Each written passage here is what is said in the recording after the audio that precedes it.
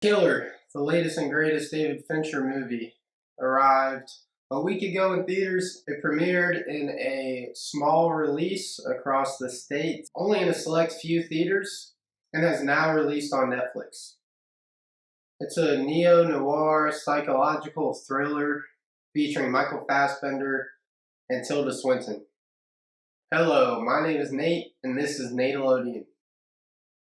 I think the first thing that really impressed me was the sound design. I think I noticed that first, and it caught me off guard when I heard it for the first time, and didn't expect it to continue throughout the film, but it continued to impress. The first time I noticed it was when Fassbender is running down the stairs after the botched assassination. I'll just go ahead and say it. I think it's in the bio. I mean, it's in the IMDb bio. I'm pretty sure. Yeah. Let's say it's in the bio for now. So, after his botched assassination, he flees the scene of the crime and he runs down the stairs and he puts on his moped helmet. And while running down the stairs, you hear him panting under the mask. And it's nice because the sound designer made it specific to where you can hear, you can obviously tell that it is behind the mask. And it's just a nice touch. I mean, and it's so, he turns up the volume on the panting. So it really adds another level of specificity, adds another level of anxiety. Because he has botched this assassination, it makes the audience more anxious, and shows us that the main character is anxious. The next few times that I caught the sound design was usually when the killer was in interiors. If you notice, whenever he's in an interior, a lot of times, oftentimes, a door will open near him and you will hear the rush of the outside environment flooding into the room. And it's a super nice touch. You really don't ever see that a lot. And it really furthers your belonging in the main character's shoes, in the killer's shoes. It puts the audience right there in his shoes and says, this is what you're seeing, this is what you're hearing. Experience this as he's experiencing it. And I think that is a major goal of the whole film, is to make the audience, believe that, you could be this person. Furthermore, I think this really relates to the theme of the film. The final line of the film, I think, is really what cemented this for me. I think a lot of the film is trying to say that a killer of this magnitude could be out there in the real world right now. I mean, for example, he uses Amazon to supply his assassinations. He uses so many of these, little home bought, or DIY, setups in order to carry out his plan. He goes to Home Depot, right? Buys a dumpster, buys a hammer gun.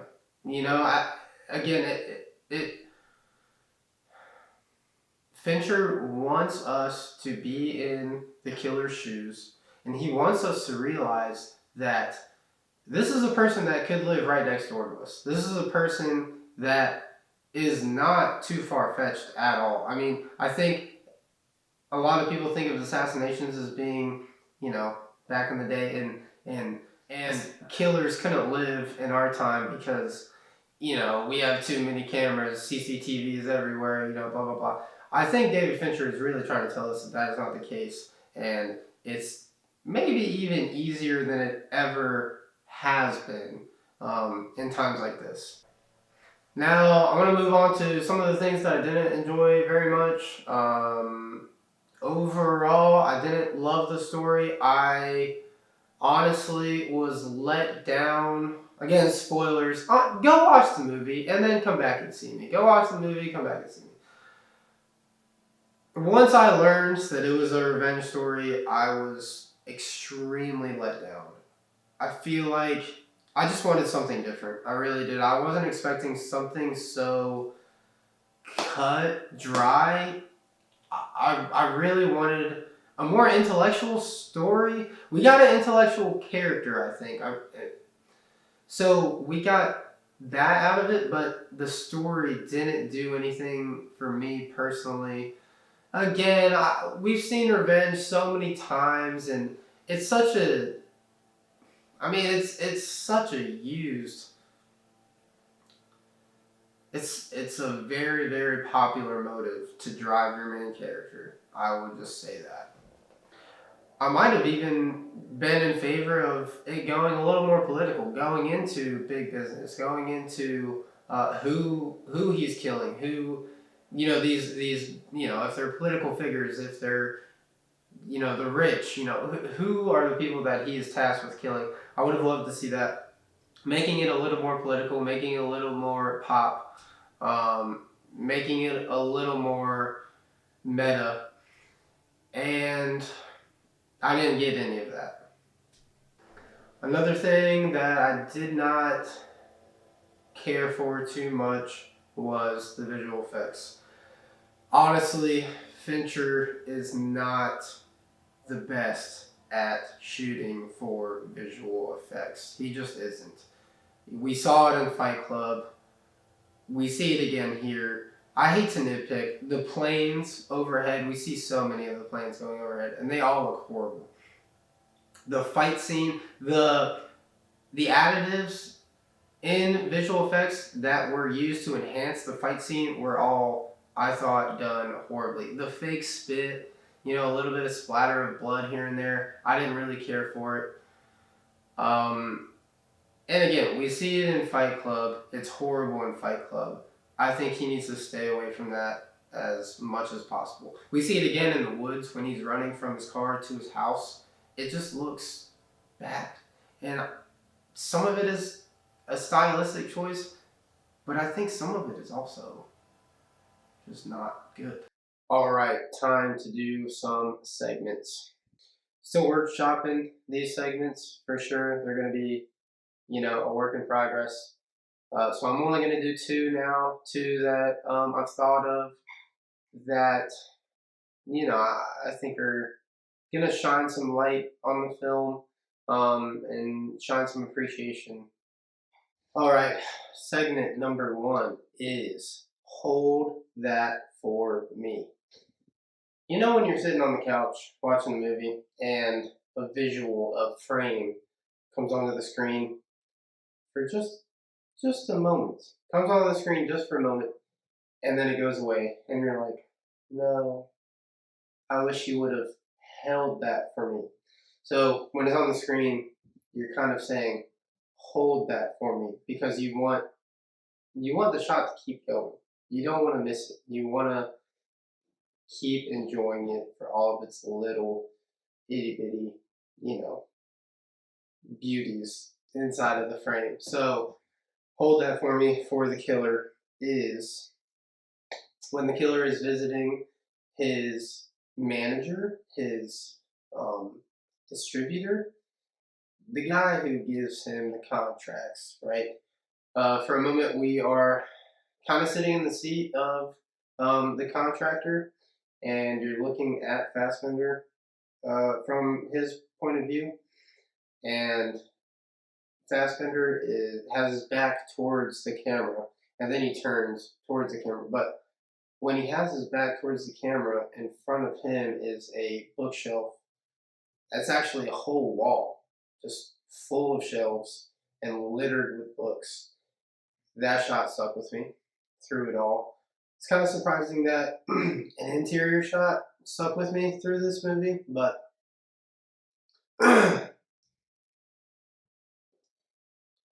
it's kind of surprising that an interior shot stuck with me through this movie.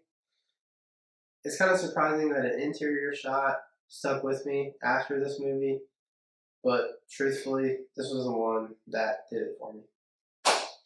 All right, segment number 2 is MVP.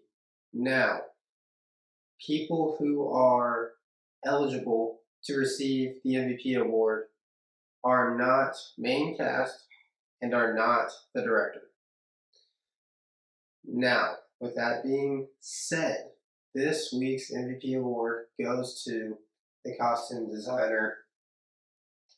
And without further ado, this week's MVP award goes to Kate Adams, the costume designer.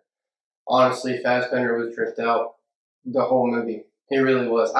I would have given it to the sound designer, but I talked about him for 5 minutes, so let's move on. Let's show another crew member some light, some shine that they deserve. Kate Adams. He is just dripped out the whole movie with the Hawaiian shirts and and the hats. I mean, it's impeccable. The style is impeccable. Of an assassin, of all things, to drip out an assassin. Kate Adams, kudos to you. Good job. I'll send you a nice gold trophy this week. Promise. I'll overnight it to you. I got you.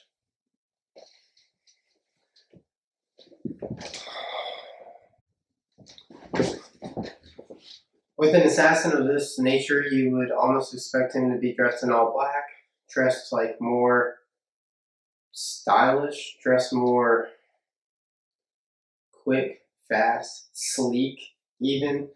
But in this movie, he just kind of looks like an older white guy. Does that make sense? So that's why I thought it was different.